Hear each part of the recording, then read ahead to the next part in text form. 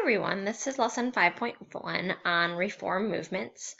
The objective for today is that students will be able to explain the parallels between the anti-slavery movement and the women's rights movement. On the left-hand side of your paper, make sure you write attitudes toward slavery, response to slavery, and women's rights. So first, the general attitudes towards slavery.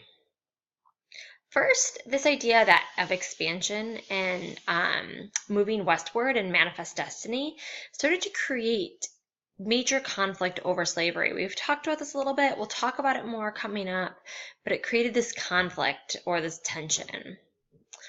There was a group of individuals called the Free Soilers, and these individuals believed that free individuals could and should achieve economic self-sufficiency.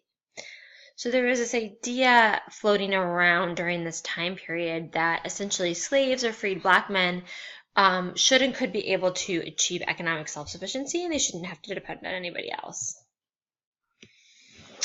There's also the abolitionist movement, which was the movement to abolish slavery. And during this movement, we had a numerous amounts of ways that people would show their viewpoints against slavery. One way was by printing news. The Liberator was a newspaper that was created by William Lloyd Garrison, and he created this newspaper as a way to communicate his views against slavery, but also to help African Americans as well. Another abolitionist or famous abolitionist was Frederick Douglass that we have right here. He was an ex-slave. He was a phenomenal writer, and he also created his own newspaper called the North Star.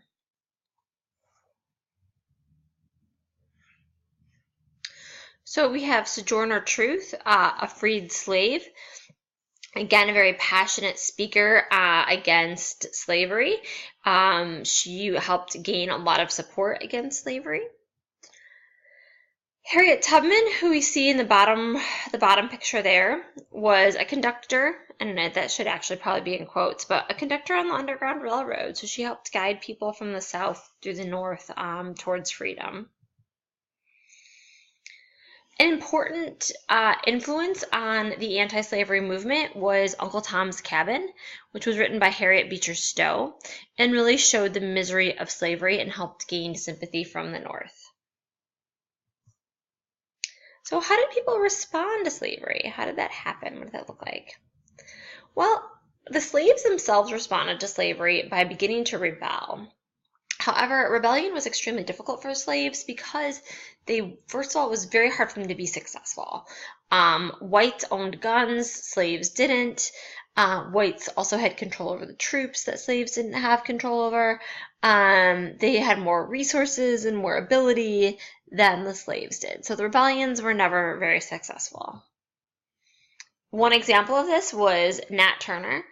In Nat Turner's rebellion, 55 whites were killed. But when you compare this to how many slaves have been killed over the time period, it's not a very comparable number. Another rebellion was Gabriel Prosser. Another way that slaves responded to slavery was by the Underground Railroad, and this is where a small group of people would help one another so that they could escape from the South. And you can kind of see it down here in the bottom right-hand corner with that map with all the red arrows were Underground Railroad pathways that they took.